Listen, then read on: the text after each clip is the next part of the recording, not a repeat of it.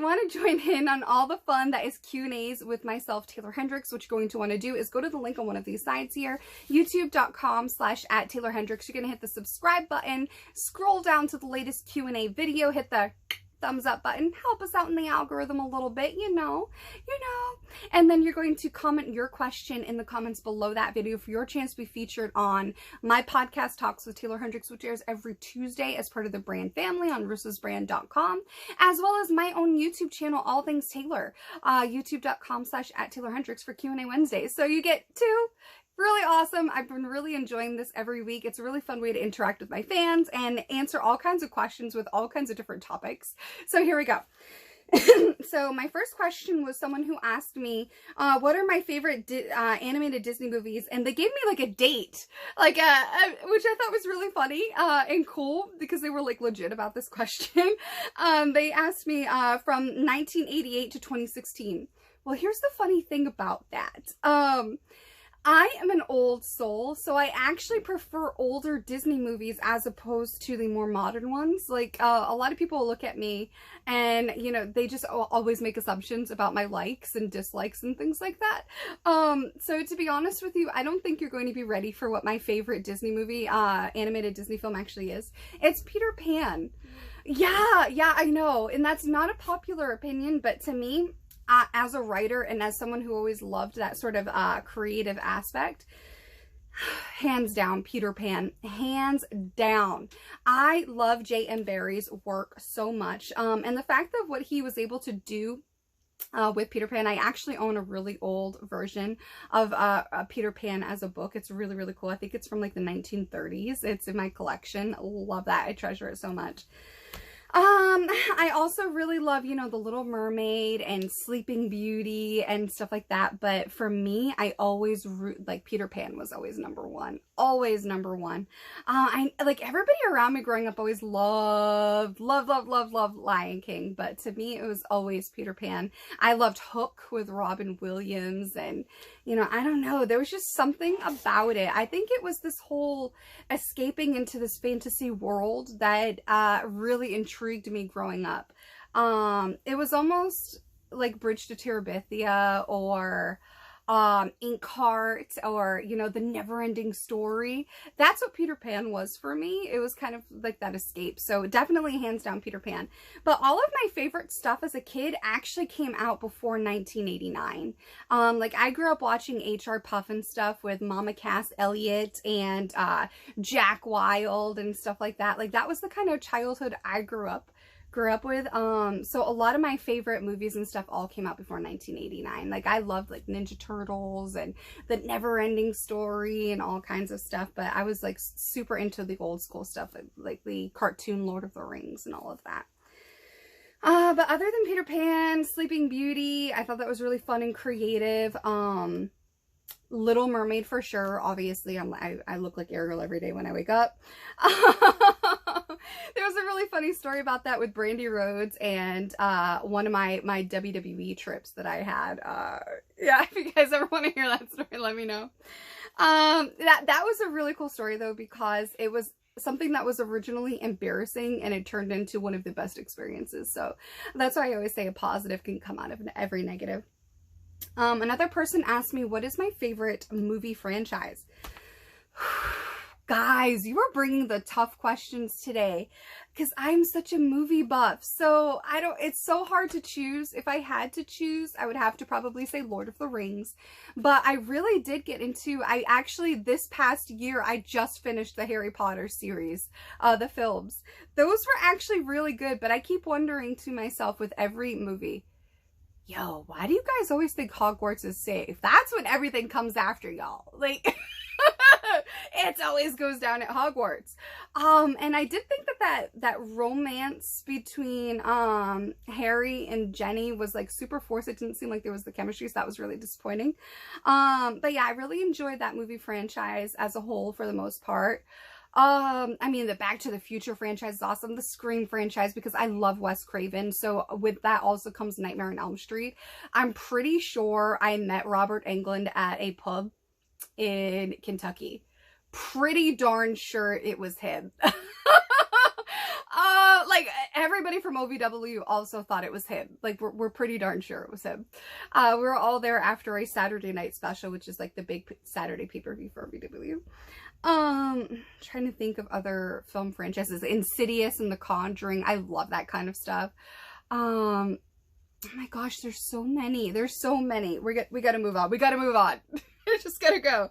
Right, honey? Right. Okay. Do I think that social media has had a positive or a negative effect on modern society? I would say both. Both.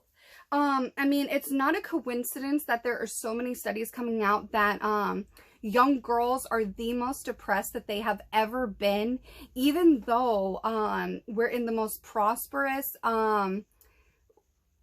access of opportunity in Western society that's ever been throughout history, but yet we're the most clinically depressed. I think the study was over 80-something% of young girls have experienced and or are currently experiencing depression and or suicidal thoughts. That is terrifying.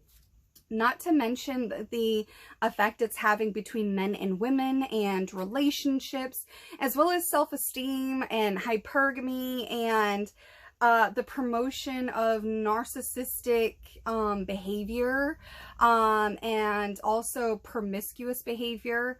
I think there's a lot of positives, but I'm starting to wonder if the negatives are currently outweighing the positives. But with that being said, I cannot actually say with 100% certainty that that is social media's fault. That could be humanity's fault, because you're making a conscious choice to use those apps in those ways, and you're using it as a scapegoat to not take accountability for that type of toxic behavior. So is that really a social media problem, or is it more of a society problem? Because I've seen a lot of people act on social media in a way that they wouldn't act in real life, in person-to-person interactions. So it begs the question, is that really a social media problem, or is social media just providing the avenue for those people to act like who they truly want to be, for good or for bad, you know? So I can't necessarily say that that's 100% social media's fault. Just like I can't stand this whole, oh, you know, Disney is ruining young girls because they have romance in their cartoon films. Like, I don't subscribe to that. I think that's ridiculous. Just like I don't think Barbie puts unrealistic beauty standards on women. Like, if you are raising your children properly, those things won't matter. They will just be toys and just be shows. Okay, as long as they're getting the right sort of environment and stuff like that. You know what I'm saying? I just never really bought into that. There was a whole documentary about how Barbie like ruined several generations of women with body dysmorphia. I think I loved Barbies growing up, to be honest with you. I truly loved them. Probably way longer than I should have, because I was a very late bloomer. I was a very awkward kid. And so like I was never a person that was like, oh, I don't look like Barbie. Like, I think out of anything, body dysmorphia that I had came from other people, not my toys. You know, so yeah, I think it has positive and negative effects, because you can use it to make yourself an amazingly empowered, successful, badass, formidable human being, or you can use it to make yourself just one of the most bottom of the barrel people. Kind of goes either way. Another person asked me, how did I stay motivated through my hand injury? That's not really it's a great question. Don't get me wrong. It is a great question, but it's not really an easy answer. I don't think that positivity and motivation and consistency is a one-size-fits-all. But I do think there comes a certain point where you have to kick yourself in the pants. And that's the type of person I am. I will let myself sit in my feelings and have my feelings. But then I go, okay, now it's time to go. Now it's time to move. Now it's time to figure it out and do something about it. Why did this trigger you? Or what is the purpose? What is this L that's turning from a loss to a lesson? What is it trying to teach you, so we can move on? And that's kind of the person that I am. A lot of people try to paint me as, you know, some attention-seeking 304. But let's be honest, when I suffered that tragic injury, like 98% of my fan base had no idea I was even injured. It's because I'm not one of those attention-seeking 304s. But, you know, you have to be okay with other people's narrative of you, because they need you to be that for whatever reason. That's why there's a huge difference between character and reputation. Character is who you truly are. Reputation is who other people need you to be, for many different reasons. And so for me, I kept that pretty quiet, and I really, really hustled hard to come up with other opportunities, because I want to be able to help myself as well as help other people, but you can't help other people until you learn how to help yourself and do for yourself. And so that is one of the things that I kept reminding myself through my hand injury, and making small goals. I'm a very ambitious person.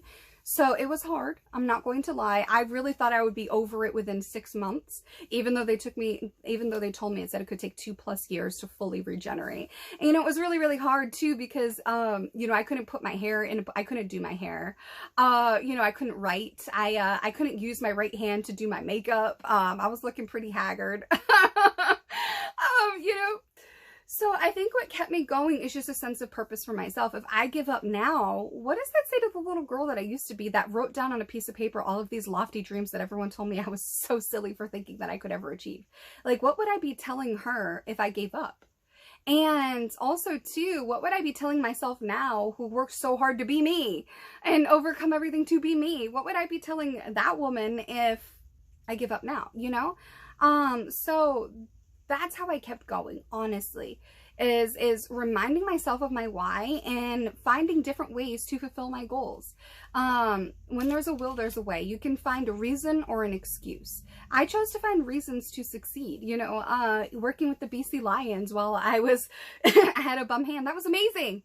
Like, I had like highlight videos of myself and my wrestling and stuff with the team and everything, playing on Titantrons at BC Place in, you know, in Vancouver. How cool is that? With a bigger audience than there was at 2018 Madison Square Garden.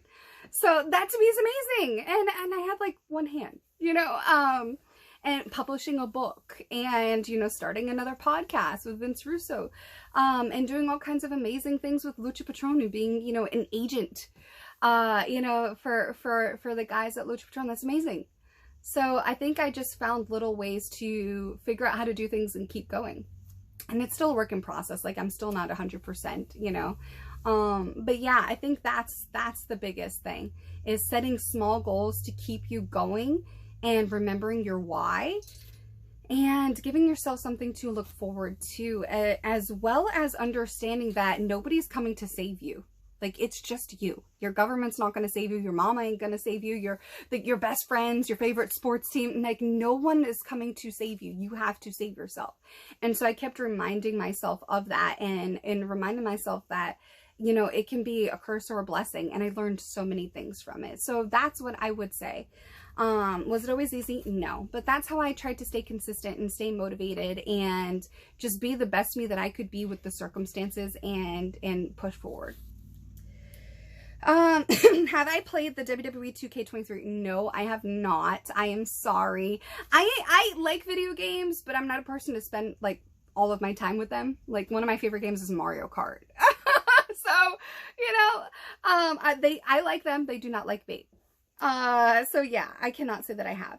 Am I still going to want to do the show with Vince Russo on Friday? Absolutely. I am totally down to do the show. I have so many ideas. I think it's such a great concept.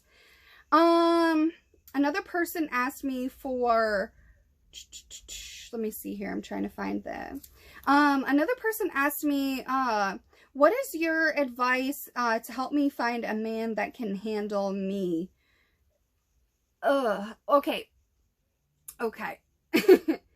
First things first, thank you so much for asking me, and I believe you are brand new on my channel, so welcome. Come on, we are a very positive and happy community, and I love that, because I feel like nobody else in wrestling can really say that. That makes it so special to me, because we're all so unique and we have different perspectives. And I feel like the Taeler Army is is able to somehow negate all that internet wrestling community negativity and come together and talk about things that they disagree with, in a polite discourse sort of way, which is really, really cool, because society is really losing touch with how to do that. And with that being said, I think your first problem is the terminology "handle me." I don't know how old you are. I don't know what your experience is in life, but what I can tell you is that no man wants to handle you.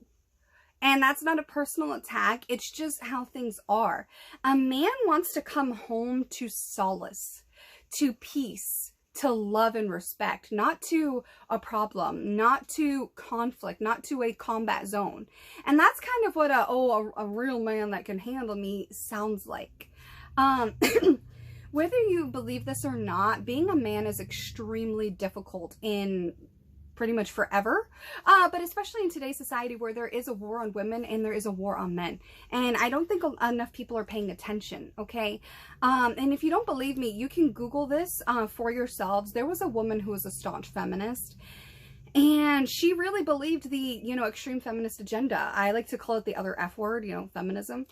And so she decided to do this experiment to see if, you know, she was right, basically, and if feminism was right, or if they were selling her a bad bill of goods, which, I mean, they were, but, you know, I applaud this woman for actually doing this. So what she did was she changed up her appearance to make herself look manly, like a man, and have, you know, male-looking attributes that we would attribute to masculinity. And she decided to be a man for 1 year and experience life as a man would. You know, a realistic, you know, believable looking man. Well, I believe she wrote a book about this, or she at least published her findings. She didn't even make it 1 year of being a man. She said it was awful. Women were so mean to her, and she got so beyond lost and depressed in the process, and she ended up she's no longer with us. I will put that mildly. And I think that that should tell you what it is actually like being a man. In today's society, where being your natural self is told that you're toxic. And we don't really talk nearly enough about toxic femininity. And so I think this is a much bigger conversation. I think the first thing that you should do to find someone that makes your life better, be that man or woman, it says man to handle me, so I'm assuming man. I think first things first, think about what you actually want, what you need, and what you actually bring to the table, and how you actually communicate and approach men from a dating perspective, and start there. And also take a look around yourself, because a lot of times a lot of women don't realize or understand that your girlfriends are one of your biggest detriments. Because if you are happy and they are miserable, why on earth would they want to see you happier than they are? They will indirectly sabotage a lot of really good things for you, so you're back down to their level and just as miserable or unhappy or single as they are. And I've seen a lot of beautiful, amazing relationships really end and go just terribly wrong because of stuff like that. And also understand that it is so easy to love the right man. It is so easy. You know, we tend to make things so much more difficult than they need to be. So that's some of the places that I would start. And then understand where you're actually looking for men. If you're looking on hookup sites, that's probably not somebody that's looking for a meaningful, fulfilling, long-term monogamous relationship. Same thing with a club or a bar or a pub, okay? If you want a high-value man, you have to ask, what are your high-value behaviors? Men don't know us anything because we're educated. That was a choice. We all make choices. How you speak is a choice. How you dress is a choice. Who you surround yourself with is a choice. Our lives and our circumstances and who we are all comes down to a series of choices. And so I would start there. Figure out why you think you need someone to handle you versus how you can be somebody else's peace. And in return, they are your peace. They are your safety. They are your comfort. They are your best friend. They are your person and you are their person. That sounds so much better than, how can I find a man to handle me? No real high-value man wants to handle a woman. They want someone to truly love them, to truly respect them, to be by their side. It takes a very strong woman to be a woman behind a man. And that man needs that. They do. They do. And I think the right man for you will come, and you will find them when you are putting in the best work on yourself to be the best version of yourself that has ever been. And I really hope that for you. And I really hope that you find everything that you need in yourself and and in that special somebody else. And I would love to have you come back again on the, as part of the Taeler Army community in the future. And I hope that really helps. Last but not least, somebody asked me again. You guys are asking me this every single week. I really do think we need to do, you know, a Peter Griffin grinds my gears thing. So more toxic trends that I cannot stand. Okay, here we go. You guys, you stop. I cannot tell you how many times, just stop it. Just stop it. I can't tell you how many times I hear people talk about, we got to protect our democracy. You don't live in a democracy. Like this is where our education system is failing us. It is failing us. And so many people talk so intelligently and they don't understand like how stupid they actually sound. We got to protect our democracy. You don't live in a democracy. You live in a constitutional republic. And you should be so thankful that you do. Because do you even understand how many democracies have been overthrown around the world by the American government? There has been so many coups that we have been involved in. It is ridiculous. Okay, and if you have a democracy, that means the government can take that away from you. As a constitutional republic, you have so much more freedom and protection under the law due to the God-given rights. And it doesn't mean you have to believe in God. That's not what this channel is about. I believe in God. That doesn't mean you don't have to, okay? But the reason why the founding fathers wrote this as a constitutional republic was for this very reason. You have God-given rights, and it's specifically worded that way so that the government cannot take it away from you. Because if the government gives it to you, if the government gives, the government can take it away. So your own inalienable rights are written that way so that the government does not have the ability to take them away from you. This is a big deal. And the people that don't know what it's like to go without freedoms are some of the first people to try to give those freedoms away because they don't know any better. And that's what we're seeing right now. So that's the first thing that really, really just toxic, grinds my gears. They think they're so intelligent. They're not. Okay, the next thing that really grinds my gears is the fact that people do not understand what's going on, and that if you do not know history, you're doomed to repeat it. We are repeating some really toxic history right now, today, and people are not paying attention, okay? Like, do you guys understand the responsibility you have as if you are an American? If you are an American citizen, it says in the Declaration of Independence that it is not only your right, it is your duty to ensure the future prosperity of the nation. Not just your right, it is your duty. Basically what it says in flowery old English language, but when a long strain of abuses and usurpations pursuing invariably the same object evinces a design to reduce them under absolute despotism, it is their right, it is their duty to throw off such guards and provide new guards for the future security. Such has been the patient sufferance, yada, yada, yada. Basically, in old flowery English, what that means is when the government has become so large and abused its power and forgotten its purpose of a government of the people, for the people, by the people, then it's the people's right and it's the people's responsibility to overthrow that government and provide a new government for the future security of its people and the nation. How many of you learned that in school and actually understood what that responsibility meant? Okay, there is so much going on right now in the world that people are just not paying attention to. They would rather focus on the new, bold glamour filter on TikTok, or, cry about your blue check mark, which actually brings me to the last one. I thought the toxic trends one was the last one, but it's actually this one. They asked me my thoughts on the blue check mark. You can tell, like, the toxic trends gets me so heated. So heated. I am allergic to stupidity. I think that's what it comes down to. I am allergic to stupidity. I purposely put myself in rooms and in conversations with people that are smarter than me, because that's the way you learn. It rubs off on you, you end up being who you spend the most time with, basically. And so for me, I try to make that count. I'm very selective with my energy and who I spend time with. How do I feel about the blue check mark? I laughed.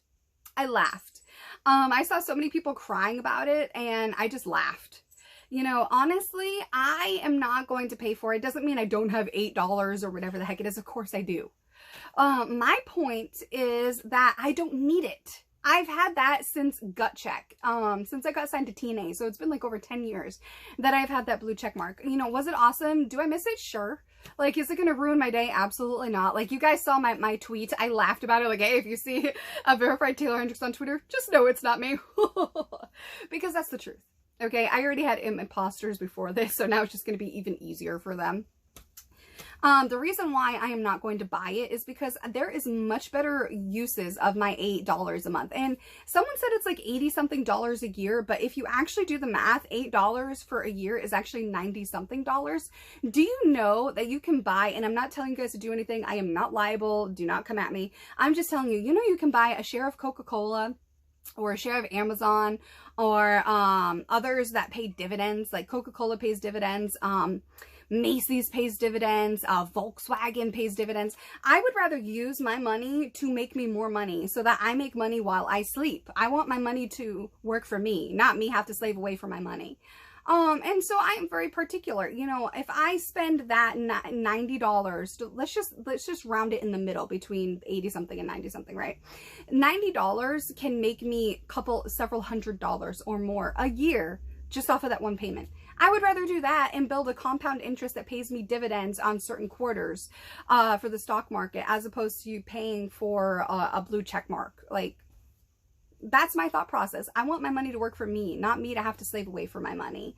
And at the end of the day, I think that separates generational wealth from generational poverty. You have to learn how to make your money work for you, especially with AI taking over jobs. Like, I told you guys this was going to happen, and I told you that my concern, and it's already happening ahead of schedule. Elon Musk has warned people about it. So many people. Like, AI is already in Chinese schools, teaching children different things, and yet we have kids doing Benadryl challenges on TikTok. Tell me there's nothing wrong. Tell me there's